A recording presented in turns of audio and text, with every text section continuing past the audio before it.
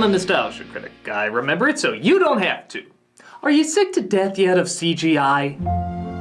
Nobody would blame you. It's practically impossible to see a movie that doesn't have some form of CGI, aka computer-generated imagery, in it. And it's not just movies. It's in our commercials, our phones, it's even in our breakfast cereals. And the consensus from people seems to be the same. We're sick of it. It's everywhere. We want a little bit more variety. So, how come it keeps popping up all over the place? And should we just flat out put a stop to it? Well, the first thing to analyze is why people are getting annoyed by the use of it to begin with. Because before, people couldn't get enough of it. When they saw it bring groundbreaking effects to life in movies like Jurassic Park and Terminator 2, people were hypnotized. They never saw anything like it. And even to this day, these effects still hold up pretty well. Part of that is because it was the filmmakers' first time using it, and so they felt they had a lot more to prove and mixed the effects with a lot of other elements. For example, there's motion capture after motion capture after motion capture of Robert Patrick as the T-1000, which would most likely be filmed in just one shot today just to get an idea of the lighting and movement. On top of that, not every effect was CGI. Anytime the T-1000 was injured, it was always a practical effect, on the set. Yeah, that's an animatronic right there. Pretty damn impressive, huh? The same thing with Jurassic Park. The dinosaurs half the time were CGI, but the other half were life-size robots that were right there in front of the actors. Like many effects in the past, this worked effectively because they were constantly using different methods to fool the eye. The more variation you use, the more difficult it'll be for the eye to get used to the effect and thus spot it. But then somewhere down the line, we got too fucking greedy. And I guess really, it's no big surprise. You could suddenly see things and do things you couldn't have done before. You could get shots or perform stunts that still look cool but didn't have to endanger anybody, and was usually at half the cost. But because it was used so often, we naturally trained our eyes to spot it easier. When we first saw Jurassic Park, we didn't know what was computer and what was a robot. But now, because we've been so exposed to it, it's a little easier to spot. And because computers work in a way where you can just take an existing program and add on to it, less time is needed to create a creature from the ground up. You can't just take something like a Ninja Turtle and build a Jabba the Hutt out of it. However, with computers, the lighting and movement of a dinosaur can now be reproduced in a totally different monster in a totally different movie. The idea being, if it worked in one film, logically it should work in the next. But like I said before, people started to catch on to these patterns, and they were becoming more and more noticeable. When you look back on films like Roger Rabbit, you ask yourself, how did they make those cartoons that were obviously drawn still somehow seem three-dimensional? Well, that's because they did a test shot for every take they did to get an idea of where the lighting was going to be, so they could see how the camera captured it and reproduce it as best as they could. But here, we have programs that can do the math for us and figure out where the lighting would be. But the reason this doesn't always fool people is because in reality, light is not always going to fall where the mathematical equation says it will. Whether it be the environment, the camera angle, whatever, there's always going to be something a little different about real life that a computer is not going to catch. Why do I know that this Yoda was really there and this Yoda wasn't? Because the one that was there had the light hit it in its own unique way. Because this Yoda is an illusion in that he's an animated puppet. But this Yoda is not only an animated puppet, but an animated puppet that's not really there. So now you have to deal with two filters of reality, two illusions going on at the same time. And when there's two illusions going on as opposed to one, that makes it a lot easier for people to spot what's false.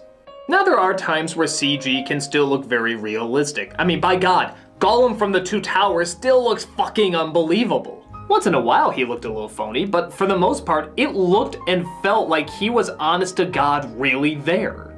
And that's because he was really there. Andy Serkis, who provided the voice, also got dressed up in costume and shot the scenes with the other actors. So not only did the animators have on-set movement and on-set performances, but they also had an on-set model that they could capture the light from that was really there in the scene. And on top of that, the guy that got to do the textures for the skin wasn't a computer guy. He was a makeup guy. In fact, he was originally designing a puppet/costume for Gollum. But when they decided to do the CG route, they taught him the program because they figured he knew what texture should look like. And he did, and it looks unbelievable. So this wasn't just all computer programmers that were putting this together. It was a variety of artists who all knew how to do different illusions in order to bring the major one to life. But that's pretty ballsy saying computer animators do nothing but type in a program. I know there's a lot more than that.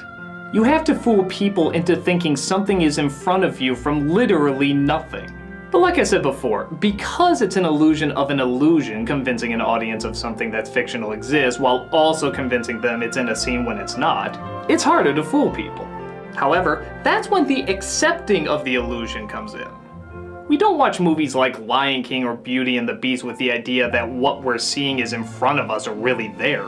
We see it because it has a story and characters that we enjoy. And we give into the illusion more because we know there are benefits to it, like how expressive it can be, how artistically pleasing it can be, and so on and so forth. I think this is why CG animated movies have caught on so much, because now it's reversed. Rather than CGI being an illusion of an illusion, in the world of animation, it's the closest thing to looking realistic that we have. You always come across those people who say they can't watch cartoons because they know it's not real. They know it's a bunch of drawings and nothing else. But CGI has helped audiences like that because even though they're clearly animated, they look more three-dimensional and realistic. So now, the hand-drawn style is the illusion of the illusion. And as much as I adore 2D animation, there's no doubt that 3D animation looks more like real life, and thus it's probably going to be more acceptable to wider audiences. And has been for the past several years. Granted, when CG animation first started, it was piss poor, with the faces seeming like lifeless puppets because, well, let's face it, that's what they were. But as it evolved, CG animation has managed to capture almost as much, if not just as much emotion as the classic hand-drawn animated films. This accepting of the illusion has also led to some great imagery in live-action films. Sin City, as well as a lot of Robert Rodriguez movies, clearly have most of their world in very fake-looking CGI backgrounds. But they're so stylized and so artistically pleasing that we don't care. We just love looking at them.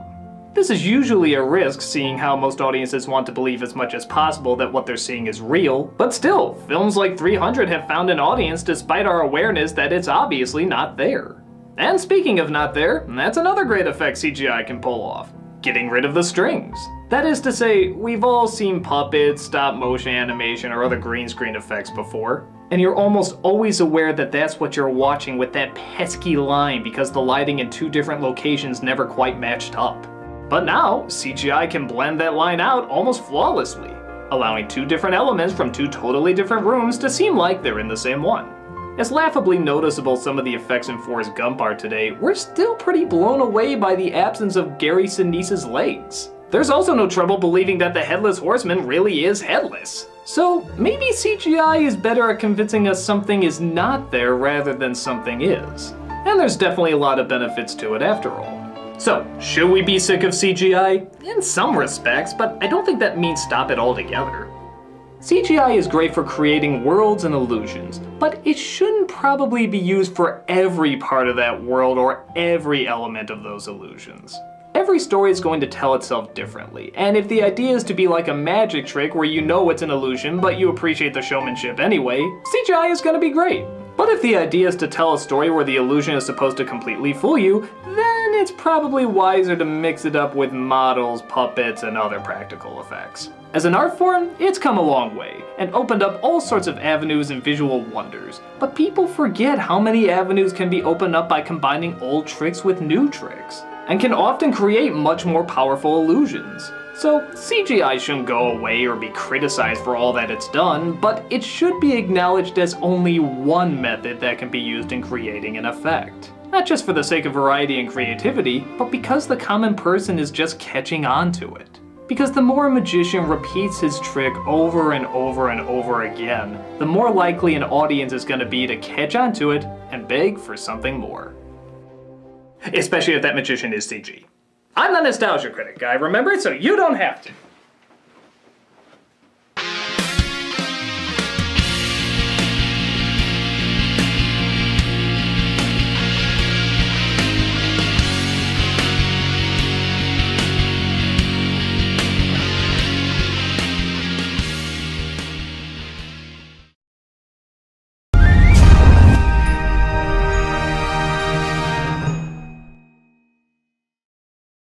Walker here. I have some important things to say. Premium access is back until the end of December. It is $40 for lifetime access. You can download Nostalgia Critics, bum reviews, video game confessions, and more. Also, autographed charity drive photos will be available for $17.50. Only 200 will be available, so may the fastest 200 win. 2 new metal prints are available. They are both awesome. There is 125 each. Buy them now. DVDs of To Boldly Flee are briefly back in stock. You must buy them now. We have also discovered extra signed photos from the anniversary specials. These are in extremely limited qualities. I have not been wearing pants throughout this entire video. Oh, you want me to prove it?